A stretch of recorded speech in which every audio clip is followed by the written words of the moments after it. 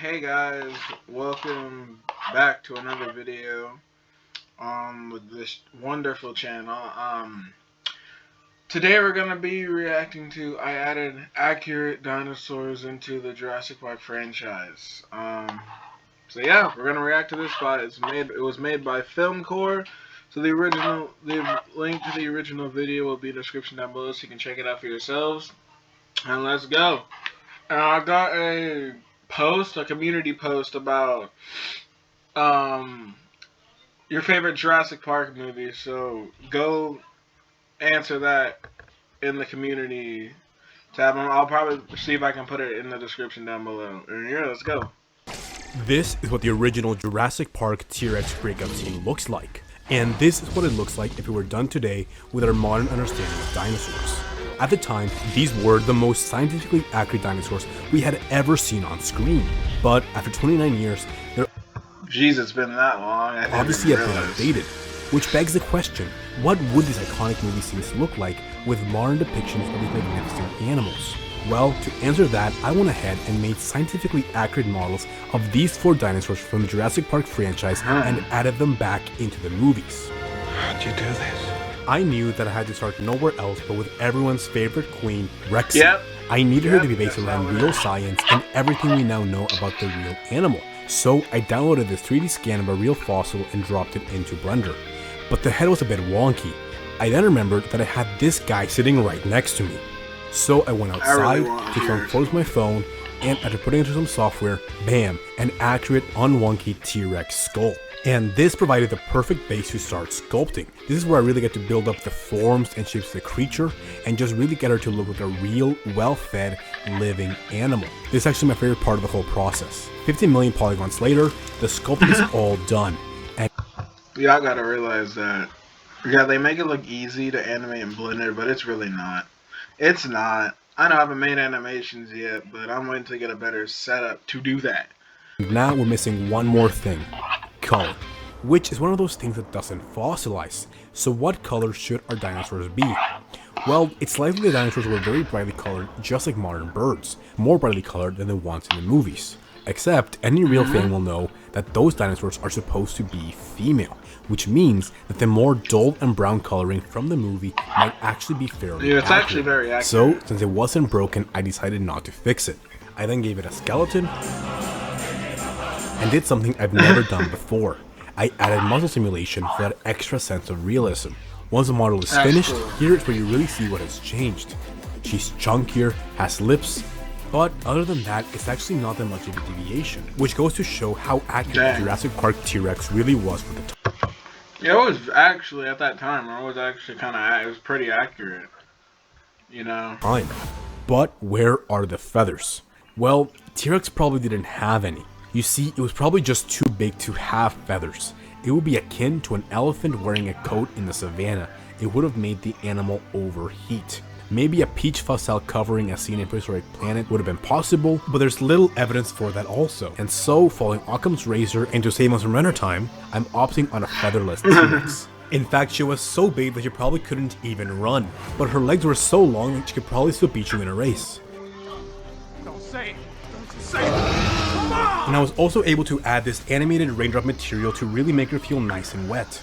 And to bring her into the movie was a process of matching the camera position and lighting of the original footage, rendering that out, and then comping her into the scenes inside of After Effects.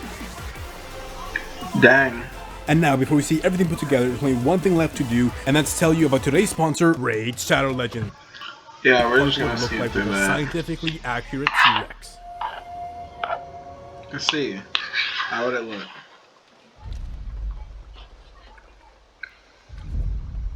Here she comes.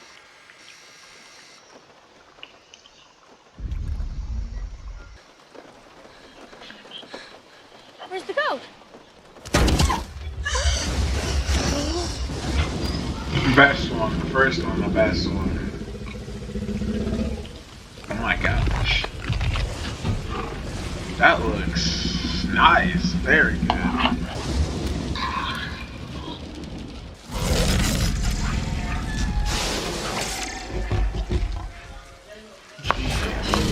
I'm gonna go.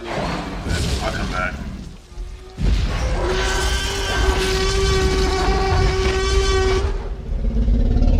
A few moments later.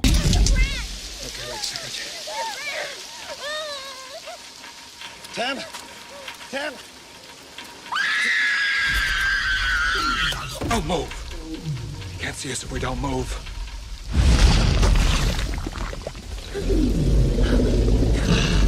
Oh yeah, also forgot to mention that T-Rex might have the best eyesight, like, ever. So... No!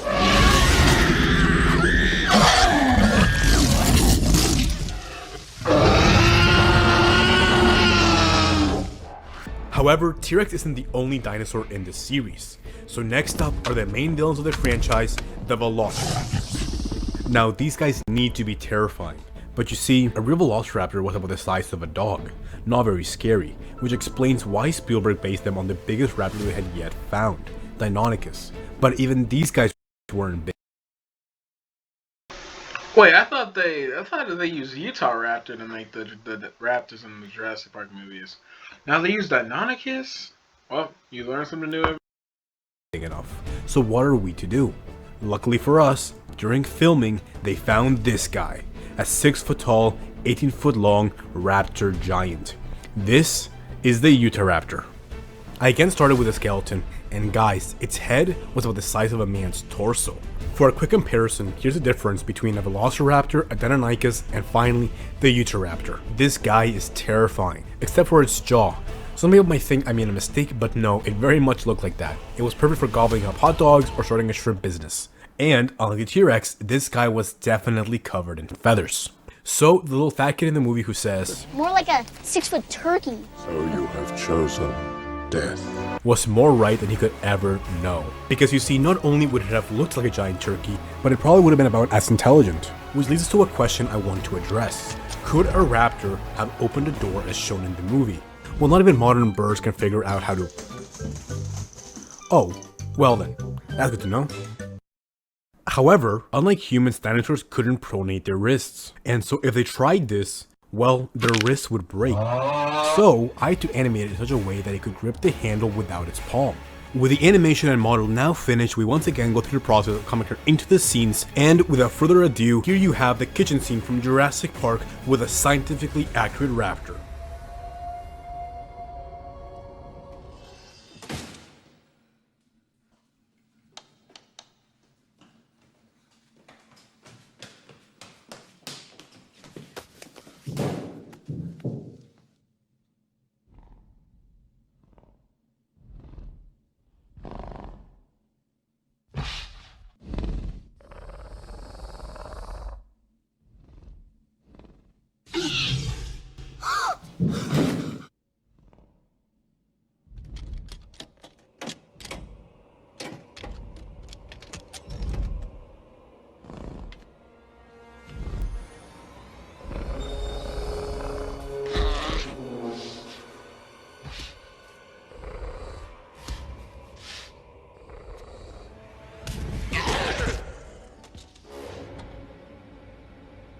Timmy, what is it? It's a raptor. Tim's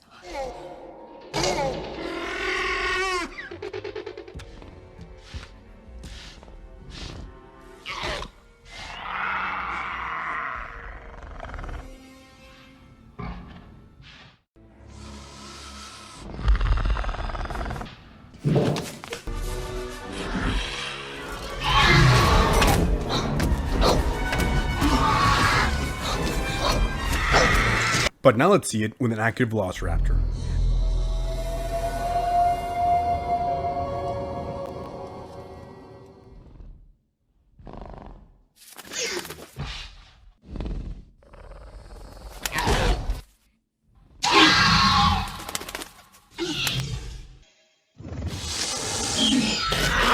Next up is a dinosaur who's probably held up the worst, the Spinosaurus.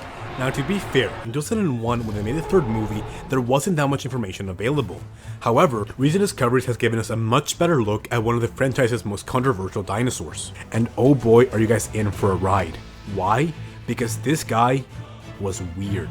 How weird? Firstly, he was gigantic. 50 feet long, and truly one of the largest and biggest meat eaters that ever lived.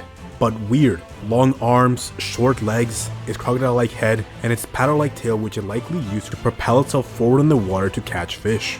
And all this points to one thing: it seemed to be at least semi-aquatic. So how much different is this weird chimera of a dinosaur from what we thought? Well, this is what he looked like in the movies, this is what he looked like in 2013, and now here's her modern reconstruction. A far cry from the terrestrial beasts seen in the movies. And it's clear that this guy wasn't spending too much time hunting on land. Which brings us to the most controversial scene in the entire franchise, and one that I knew you guys would want me to address. Could a Spinosaurus actually beat a T-Rex? And well, for that, I'm just going to refer to paleontologist Dr. Dave Hone. I refuse on principle to answer the question who would win in a fight between, because I think it is the most trite, boring and uninteresting thing that one could possibly say about dinosaurs, even in fiction. But it's T-Rex. It pretty much comes down to T-Rex being just too heavily armored by dinosaur, especially when compared to Spinosaurus. With its super powerful bite force, as soon as he got the initial neck bite in, well, it's game over. However, I actually love the Spinosaurus, and I think the debate takes away from how cool and unique this dinosaur really was. So instead, for recreation, since everything about his anatomy points to him being a swimmer, there's no better scene to recreate than the one in the river, to really show off the Spinosaurus in its natural habitat. And once again, with all that out of the way, here is Jurassic Park 3 with a scientifically accurate Spinosaurus.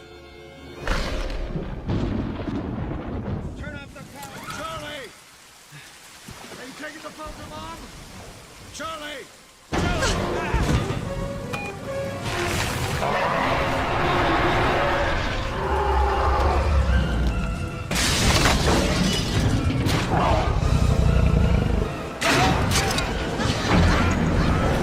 A few moments later.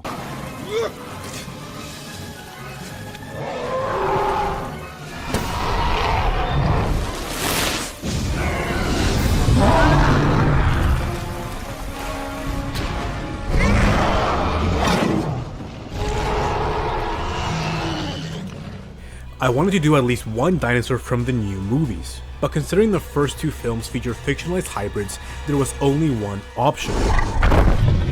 Biggest carnivore the world has ever seen. The Giganotosaurus. And oh boy. Now this, while definitely a cool design, is also one of the least accurate depictions of any dinosaur in the entire franchise, especially considering that we have quite a few fossils of the real animal, and the one shown in the movie could be mistaken for another hybrid. So what did the Giganotosaurus actually look like? Well, if T-Rex was a Mike Tyson of the Cretaceous, then the Giganotosaurus would be the Usain Bolt, built much more for speed and athleticism compared to a heavyweight brawler. And I think that really comes through in our model. So, was he truly the biggest meat eater that ever lived?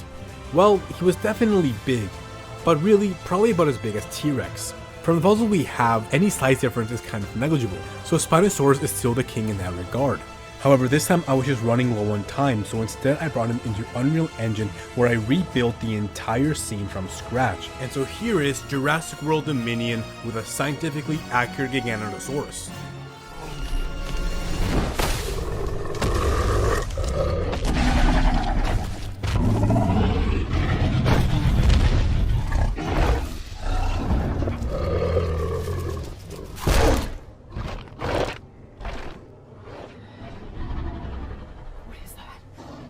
Giganotosaurus. Biggest carnivore the world has ever seen.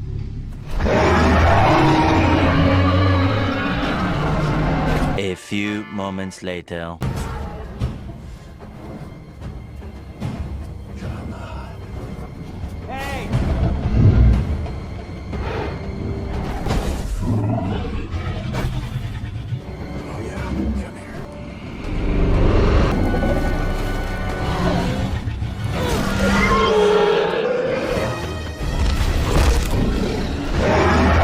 And there you have Jurassic Park with scientifically accurate dinosaurs. Let me know which one was your favorite, and alright guys, subscribe and I'll see you later.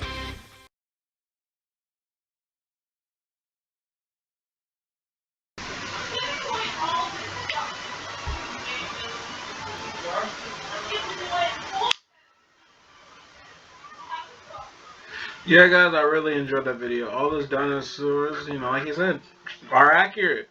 Should be for this year. So yeah, see y'all later. Subscribe or or Springtrap will find you in your house at night. I'm just joking. See you later.